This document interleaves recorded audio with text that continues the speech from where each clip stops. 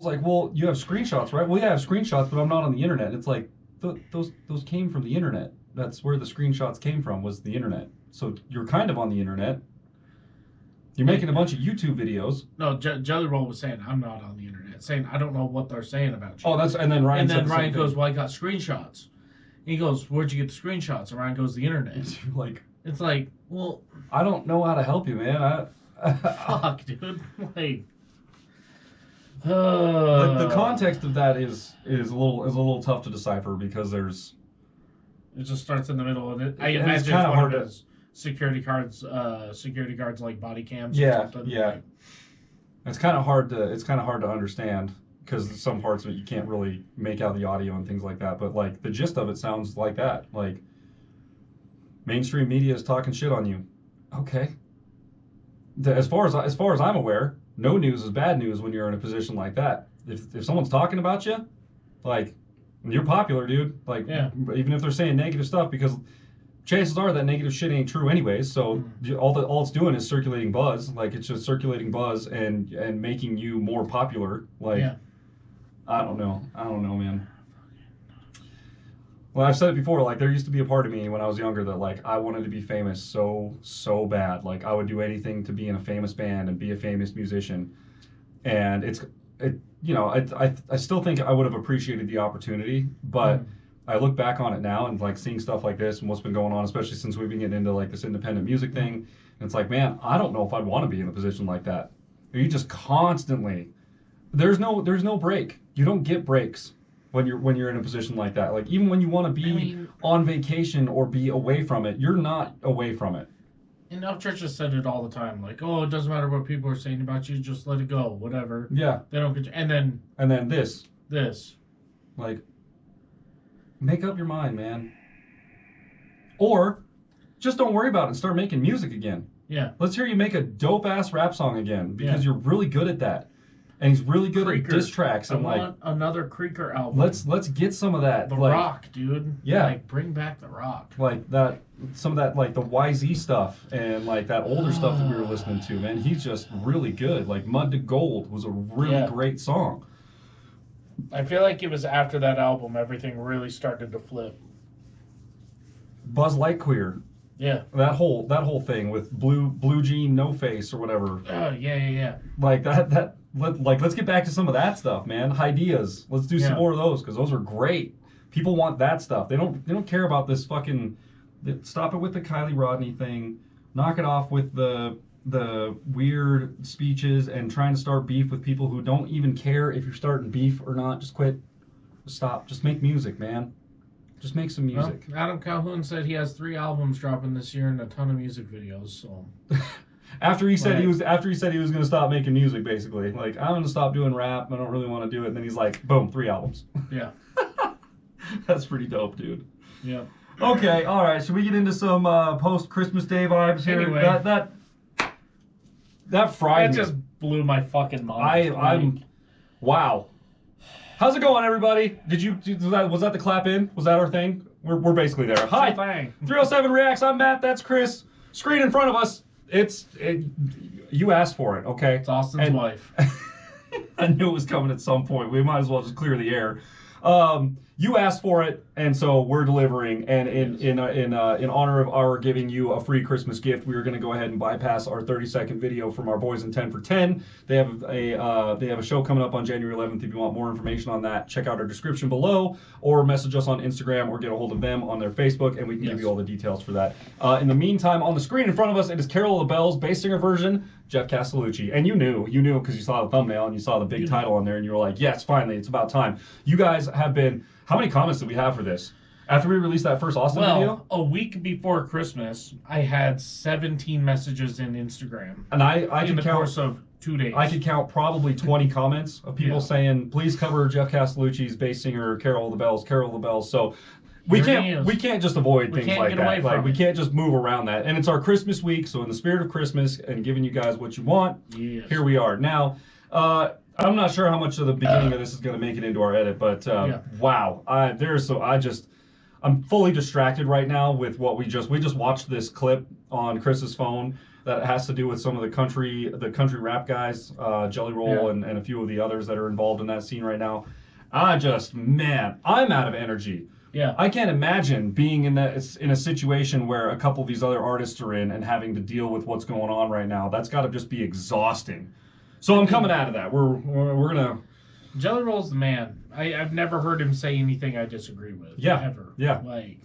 Because he came up like us. Yeah. He just came up like country boy, southern boy, just like doing his thing, doing hood rat shit with his friends and making music, and then all of a sudden it clicked. And boom, he skyrocketed, and but it didn't change him. He's still just like, this is amazing, but I still want to hang out and do hood rat shit with my friends. Yeah.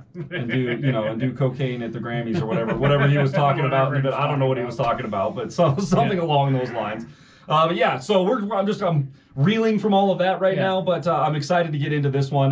Like I said, it's been trying to reel it back in. Yeah, it's been highly anticipated, and it's Castellucci, so I'm expecting nothing but the best out of this. So. We got to change the lights. Should we just get into it? Oh, and it kind of matches the whitish blue. I didn't even notice that. Yeah, it kind of does actually. Look at us go. Professionals. We are ready to get her done. Like, comment, subscribe if you're along for the ride. We really appreciate you being here. Thanks, everybody. Happy Christmas, New Year, Merry, Jolly. All right. Nailed it. Fucking nailed it.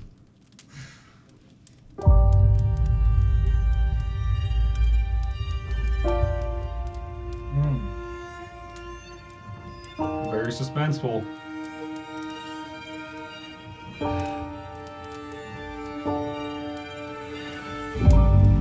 Okay. If you guys didn't watch Monday's episode, the classic, the choir just walks in.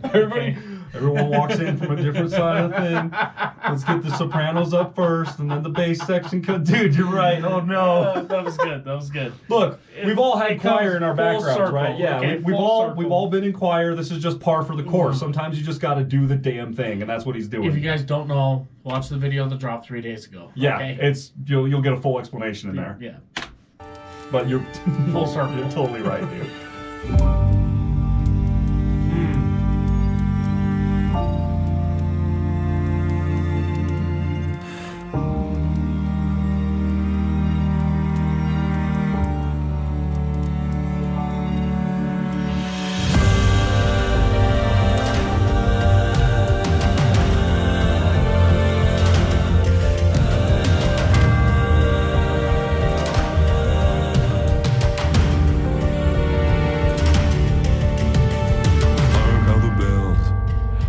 silver bells all seem to say throw cares away. Ding dong, ding dong, ding dong, ding dong.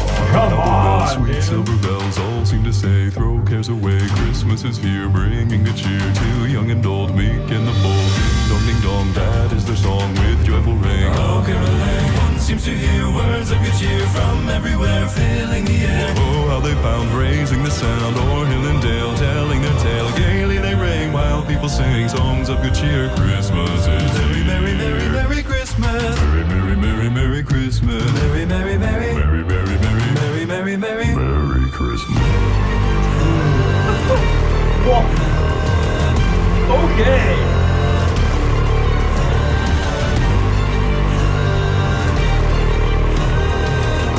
This one. That's super. That's crazy. He's just a built-in 808. Yeah. He doesn't even need the effect. He just and there is 808s in this. You can hear him in the composition, but he doesn't even need them. He just does it on his own. And they do pull those out when he drops to that super low, that sub low, whatever it is. They pull out the 808, and then the second time he comes back around, he doesn't hit it, and they fill it in with an 8. But that is insane. That and these notes, when he drops to these super lows, you're always expecting it to resolve to just the next step down. And he's like, yeah, I'll go one step plus 8 and just go, I'm just going to dig to China. I'm just digging a hole. We'll just pop out the other side of the earth and just see where we end up. Now, I know a lot of reaction channels who you guys have probably been watching who have done reactions to this will be like, oh my God, the bass singer, he's so amazing. And he is, okay? But listen, those strings in the background, The the composition of this whole is composition is amazing, incredible. Yeah. The strings at the beginning, I love how like I don't know how to describe it other than like when you play a violin, there's a certain, and I've tried to learn violin, I just can't. It's the pressure, okay? The pressure of the bow and making sure you have the right amount of rosin on there and all that stuff to get a nice clean sound, right? Otherwise, you kind of get this like shaky, kind of squeaky noise. And in the beginning of this, they use that shaky and squeaky noise, like maybe they're not putting just quite enough pressure on the string, almost but like it tremolo. makes it sound really cool. Yeah. And it's not, I mean, yes, it's a tremolo, but it's more than that. Like you can hear, it's like more shrill. it's almost like a vocal breakup, but for a violin. Like you can hear it, a like good way to put it. the sound actually breaking up. Like it sounds cool. It's I like the way they brought in the whole piece. It's very like ominous sounding at the beginning, and it kind of just like you know what's coming, but the way they bring it in is kind of like this very mysterious sounding kind of approach.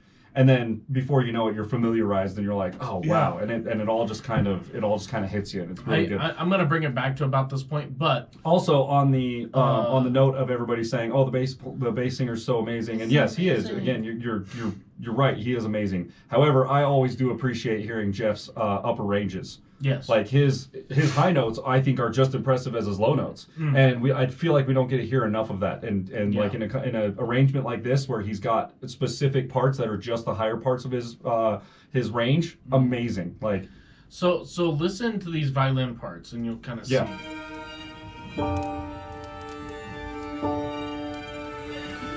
It's almost like instead of doing a tremolo, when he's pulling, like you said, it doesn't have enough rosin or whatever, and it's like bouncing on the string. Yeah. It sounds. It's like dry, and it's just kind of like or he's pulling it too fast or whatever, and it's just kind of it's vibrating. Yeah. Okay. I didn't pick up on that. For a violin. That's beautiful. I like that a lot. And again, it's almost like have you seen Requiem for a Dream? Yeah. You know the Clint Mansell, the theme to that whole song. It's the song Requiem for a Dream. Yeah. It almost sounds like that. Like, my sister could play that. Well, would have been my sister if like that. Anyway, it doesn't matter. She learned how to play it on violin, and then her sister learned how to play it on piano. Okay. And then I was like, what key is it in? They're like, well, it starts on a D or whatever, right? So I was like, I got a guitar, I'll figure it out. Yeah. And then they wanted me to play rhythm on that, so I did that. And that song was a lot of fun. But yeah, the violin part, she was like, I don't get how to make it sound like the thing. And I said, well, I mean, it sounds great. It sounds like your violin's supposed to. Yeah. She goes, no, listen. And I go, oh, it sounds like their violin is broken. It sounds like so just try breaking your violin. violin. He's doing it incorrectly, and it makes it sound almost broken, like almost wrong. Yeah. But it adds to the vibe and the feel. And all of a sudden you get this very desperate sounding. If you guys have never seen Requiem for a Dream, I don't recommend it unless you're ready for some pretty abrasive stuff. Yeah. Like it's a pretty intense movie. It's rough. However, if you want to hear, if you don't know the composition we're talking about, type in Clint Mansell Requiem for a Dream or Requiem for a Dream song or something like that, and it'll come up. I recommend. It's worth listening through the actual about song. A billion piano covers out there. It's very, very good. It's a good arrangement, and as far as I'm concerned, for that movie to add that onto that movie kind of made the whole movie. Yeah. Like the movie itself is good, and it's like absolutely unbelievably wild. It's also got what's his name, Jared Leto. He's the main actor. Yeah. The dude, lead singer from 30 Seconds to Mars. He's the main actor in that. He's a great actor. He does an amazing job in it. But it's a wild movie. Like there's some things that happen in that movie that you're like, okay, they went there, they did that, that's a thing, all right. But the soundtrack is absolutely unbelievable, and the violins remind me a lot of that trilly kind of desperate kind of sounding. Broken sounding. Very good. Let's keep going. Words of good cheer from everywhere filling the air. Oh, how they pound, raising the sound, o'er hill and dale, telling their tale. Gaily they ring while people sing songs of good cheer. Christmas is here. Merry, merry, merry Christmas. Merry, merry, merry, merry Christmas. Merry, merry, merry. Merry, merry, merry. Merry, merry, merry. Merry Christmas. And then it goes, some super low. What is that? And then if I'm correct, on this one they just do an 808. Yeah, see, he's not in there, but they still did the low note.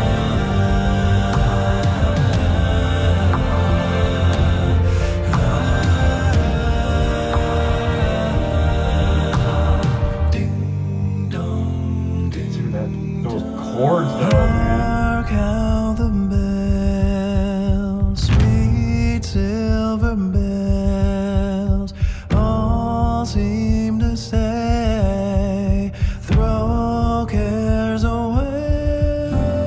Christmas is here, bringing good cheer to young and old, meek and the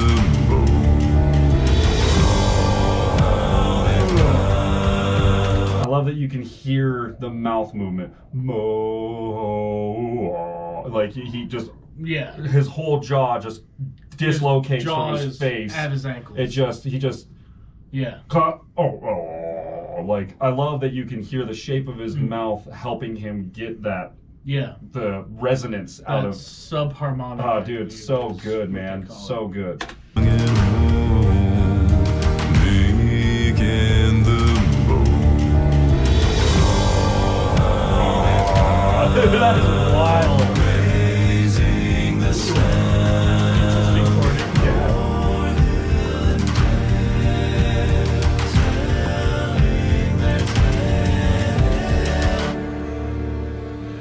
gaily they ring while people sing songs of good cheer.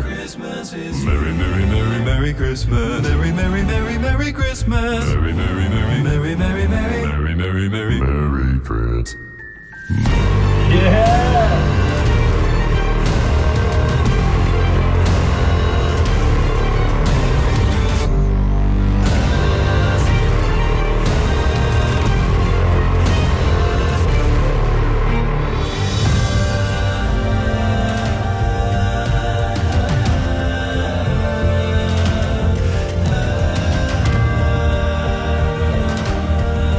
I want to say something about his hand motions here. Okay. I don't know why. I don't know why, but it always seems to be the universal thing. Okay, low notes. You push. You're always like you'll push it down, but like when you hit that low note, you don't want it to go too low. Okay. Oh, so you're catching it? So you're kind of catching it. It's a little heavy. Yeah. Okay. Low notes get You're heavy. just trying to catch that low note. Okay. If it goes through the floor, you're gonna have to pay a guy to come fix the hole in the floor. Yep. Okay, but the high notes, you don't want them to hit you in the face.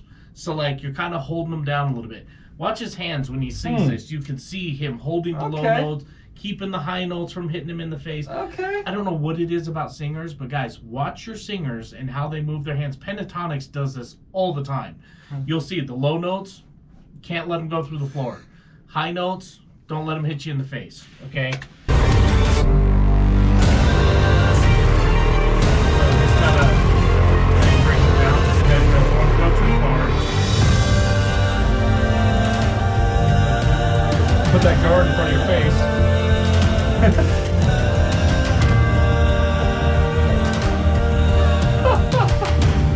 And then it's almost like conducting. He's almost like conducting It almost himself. is, yeah. Like, Like once we hit that low note, don't let it drop too low.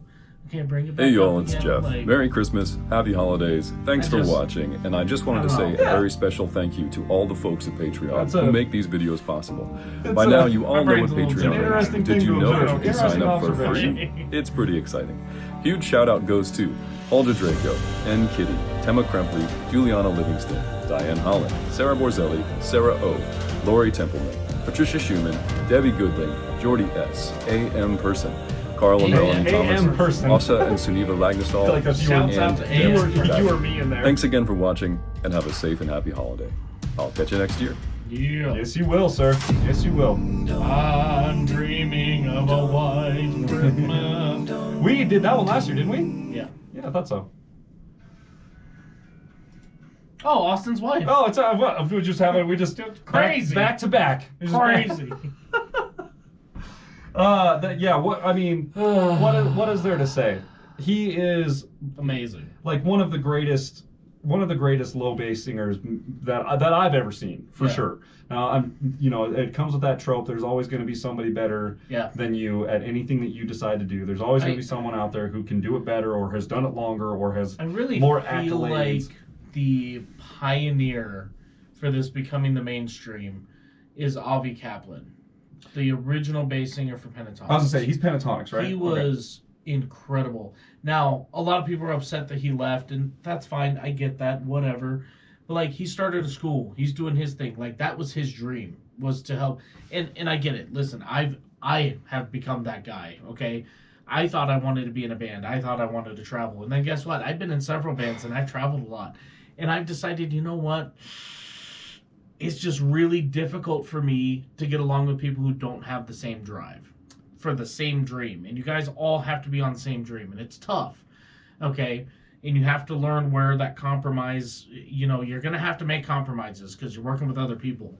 And sometimes I just can't do that. So I've learned I've had to pull myself away from that.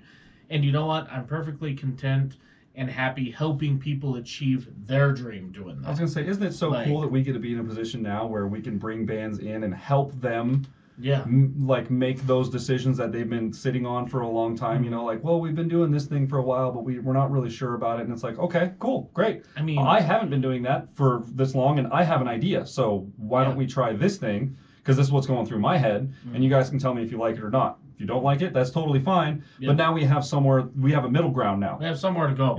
We have a place where we can land, and then now we can find something in between those two that works for everybody. And then before you know it, like, now you've got something that everybody really likes and is comfortable doing, and it's fun. And then as far as the internet engagement thing goes, man, that has been one of the coolest parts about running the studio, is like helping bands and other musicians and artists and whoever else wants to get on here.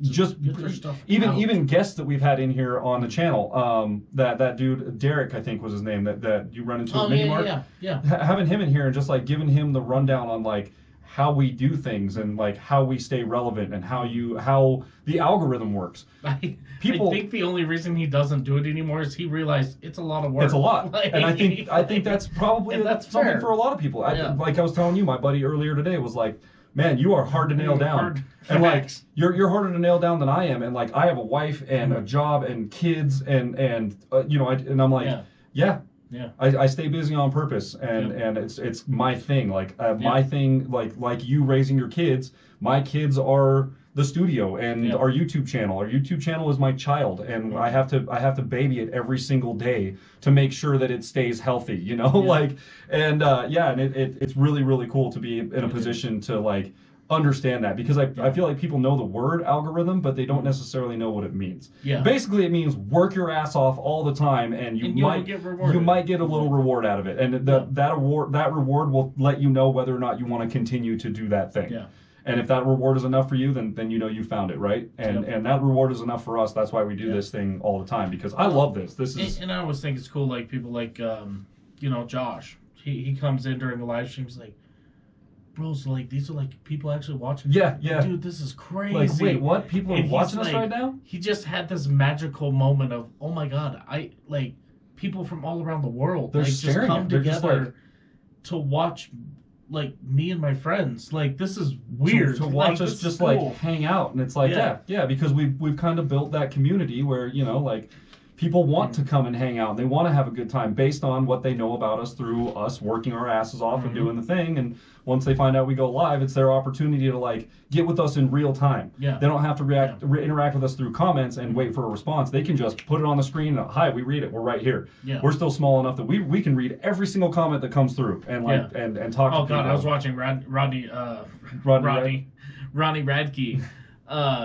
do his like, oh my god. Oh, dude. it's just it's like Tom and Nova's. When Tom and Nova are on, it's just it's just moving, dude. God, man. Yeah, that's why you have to be very selective with it. You just like, you're okay. I saw that one. All right, you know. You just have to pick and choose at a certain point. But yeah, like we're at a point, and we got off on a tangent there. But you were talking about Avi being a pioneer. Yeah, Avi, I felt like was the pioneer, and he went off and did the school thing. He opened a school in California, and I enrolled in it. The only issue is I was living out of a car and couldn't afford a plane ticket to, you know, move to LA. Sure, yeah.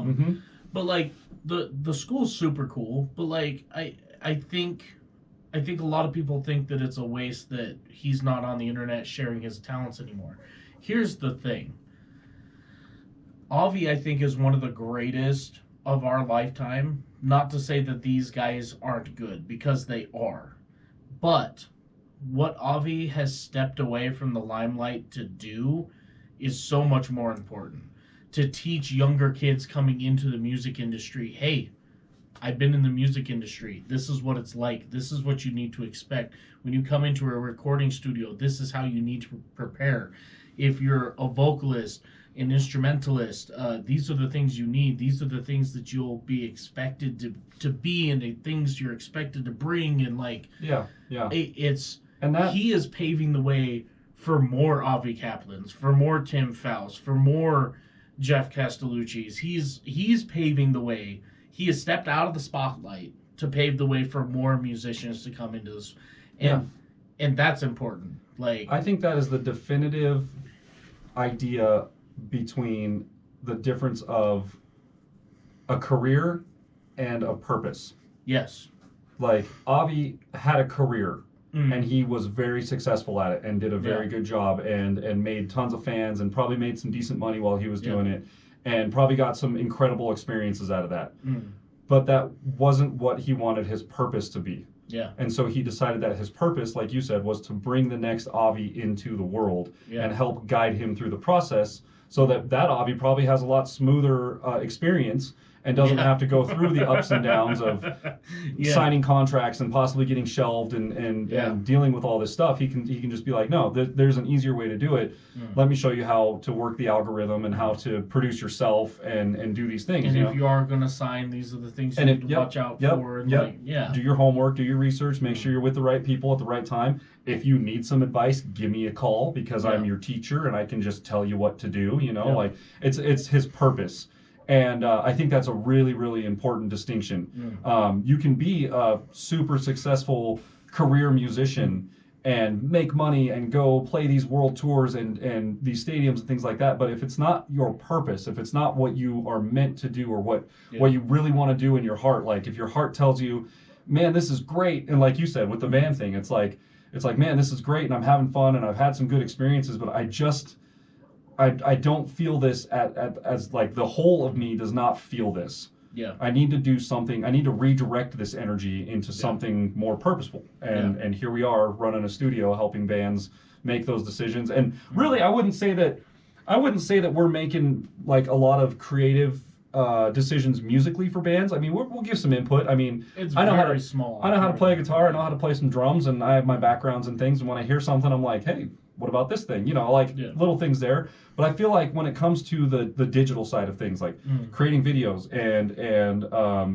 having a presence on the internet and how to launch a 30, 60, 90 on your videos, and doing a press release with it, and then boxing all your things up appropriately and making sure you're prepared to be on the internet before you get on the internet with one goddamn song, and then you don't have anything for 2 years, and it's like, great, you blew it, now nobody, you're buried. You got out there and you went, yay, for 4 days, and then all of a sudden you disappeared for the rest of your internet career. So, dude, I've even changed Mr. Ford's opinion on that. Yeah. We're going to do a 5-song EP, and we're going to do 2, maybe 3 music videos with it, and all of that will be done and ready before we get on the internet.